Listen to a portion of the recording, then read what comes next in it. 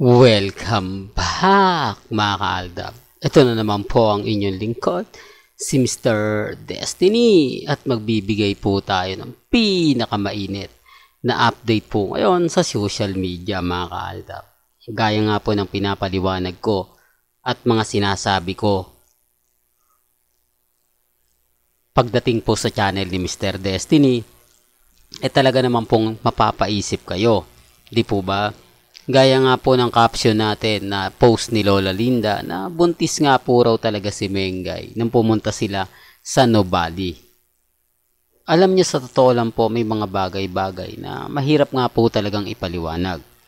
Mahirap nga po talagang mag-react, magkomento, lalo na nga po kapag ang pinag-uusapan Aldab. Bakit nga po ba dinideny ito ng pamilya Paul Carson at pamilya Mendoza? Gayong napakarami naman po naming ebidensya at resibo, di po ba? Pero bakit hindi magawang kasuhan ni Alden Richards ang Aldab Nation? Kung si Mengay nga nagawa niyang kasuhan ang nagpapakalat ng video niya, video scandal, eto po kaya na mayroon na po silang anak, dalawa pa? Di po ba, at kasal na po siya kay Alden Richards? Dito pa lang po may mali na no? Dito pa lang masasabi nyo na parang malaking iskandal to. Di po ba? Kaya nga po sabi ko sa inyo, may mga bagay-bagay po na mahirap nga pong ipaliwanag. Bakit hindi kasi nag-react daw po si Maine Mendoza? Bakit hinayaan niya lang po ang Aldab Nation na magtuloy-tuloy? Bakit daw po pati ang Legit Dabbercads hinayaan na lumaki lang ang issue? Alam naman po natin na si Henyo Master Joey De Leon dapat nagsalita na. Alam naman po natin na matapang to pagdating sa issue. Pero hindi, kumbaga parang pinaboran din po nila. Marami po kasing tao ang involved sa mga issue na yan. Alam din ni Alden Richards yan. At hindi lang naman po si Maine at si Alden ang nakakaalam niyan. Di po ba? Isama na po natin ang jowa Pau, sina Jose, Wally at Paulo. Kung mapapansin nyo, di po ba? Si Jose pa nga ang nagsabing magtatanga-tangahan na lang ba tayo? Di po ba? Alam na sila. Tapos may mga bagay-bagay na sinabi ni Jose Manalo na sila talaga ni Mengay mag-asawa na.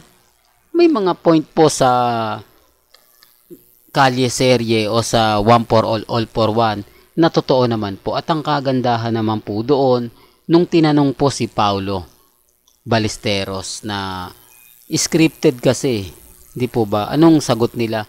Walang scripted sa One for All for One. Kung ano po yung lumalabas sa bibig namin, totoo po yun. Hindi po yun scripted. Totoo naman po Sasabihin ba ni Jose at Wally at Paulo kung walang relasyon sila Mengay at si Alden? Hahalikan po ba ni Alden Richards si Maine Mendoza kung hindi sila magkaibigan lang po sila? Ulitin ko lang po, i-remind ko, si Alden, kumbaga laking probinsya rin yan, Laguna. Si Mengay, laking probinsya rin yan, sa Bulacan. Medyo masasabi nyo yung pagkakaiba sa mga sinasabi ko, yung pagkakaiba sa mga pinapaliwanag ko. Bagamat maraming nagre-react, marami nagko-komento, marami nagsasabi na, nako Mr. Destiny, move on ka na. Alam mo na hindi totoo yung mga kumakalat ngayon. Alam mo na hindi totoo yung mga sinasabi mo. Wala namang pong problema. Pero gaya ng sinabi ko, hindi po yung kasalanan ni Alden. Hindi rin po ito kasalanan ni Maine Mendoza. Di po ba? Kaya lang naman to kumalat ng dahil din po sa mga sinabi nila. Dahil din po sa mga posts sa Instagram, sa Twitter at sa Facebook. Gaya nga po ng pinapaliwanag natin.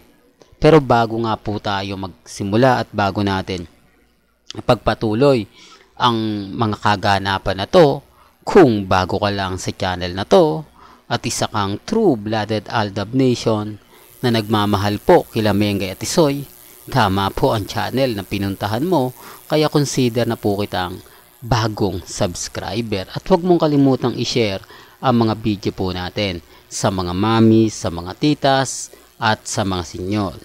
Remind ko lang po sa mga dumadaan. Remind ko lang po sa mga bumibisita, sa mga nagsasabi na fake news ako, sa mga nagsasabing hindi totoo yung mga sinasabi ko. Nire-respeto ko po kayo at ginagalang. Kung ano man po yung sa tingin po ninyo yung totoo, kung ano po ba sa tingin ninyo yung tama, ay bahala po kayo. Ang sa akin lang naman po, kung ano po yung paninindigan ko, yun po yung ipaglalaban natin. Gaya nga po ngayon, TBJ, Jose, Wally, Paulo, dapat sila ang nagsalita.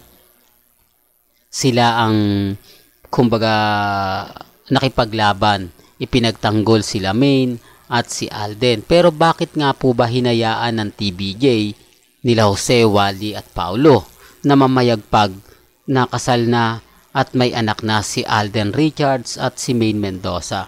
Isang issue na dapat pinutol na nila habang maaga pa. Isang issue na dapat, kumbaga, tinapos na.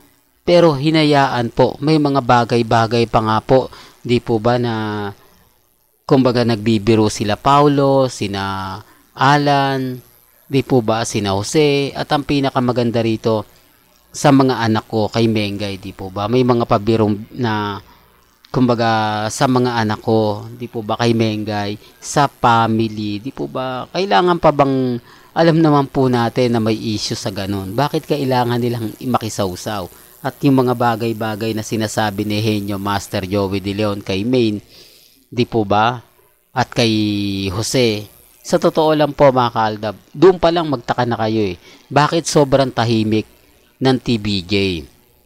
Bakit hindi nila magawang ipagtanggol si Main Mendoza kung hindi naman po talaga o kung wala naman po talagang relasyon o hindi mag-asawa sila Mengay at si Alden? Bakit nanahimik lang po sila?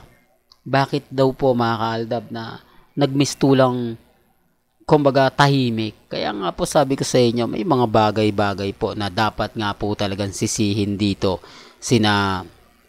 Kumbaga, sina Jose, Wally, Paulo, Bossing, Tito Sen at Henyo Master Joey De Leon. Kung sila po agad-agad tinapos na yan simula 2019, di sana tapos na yung boxing. Di sana wala pong, kumbaga, naglakas ng loob na hanggang ngayon nanandigan. Ibig sabihin 2023 na. Di po ba? Real talk mga 2024 na, pero ayun pa rin yung issue, hindi mamatay-matay. Kasi madali lang naman po yung issue patayin kung talagang gagawin po nila. Sabi nga po ng iba, pag gusto may paraan, di po ba? Pag ayaw may dahilan. Sabi nga ni Alden, di po ba? Kaya nga po ko kampante lang, matatag. Ano man po yung mangyari, ano man po yung sabihin nila, hindi po ako nagpapatinag. Never naman po akong nagpapa-apekto. Never naman po akong, kumbaga, nagsasabi ng ganito, nagsasabi ng ganon. Di po ba? Kahit ano man po kasi yung sabihin nila, hindi naman po talaga po pwedeng hindi maramdaman ng fandom. Kung sinampahan lang po kami siguro ng kaso, malamang nagkaalaman na.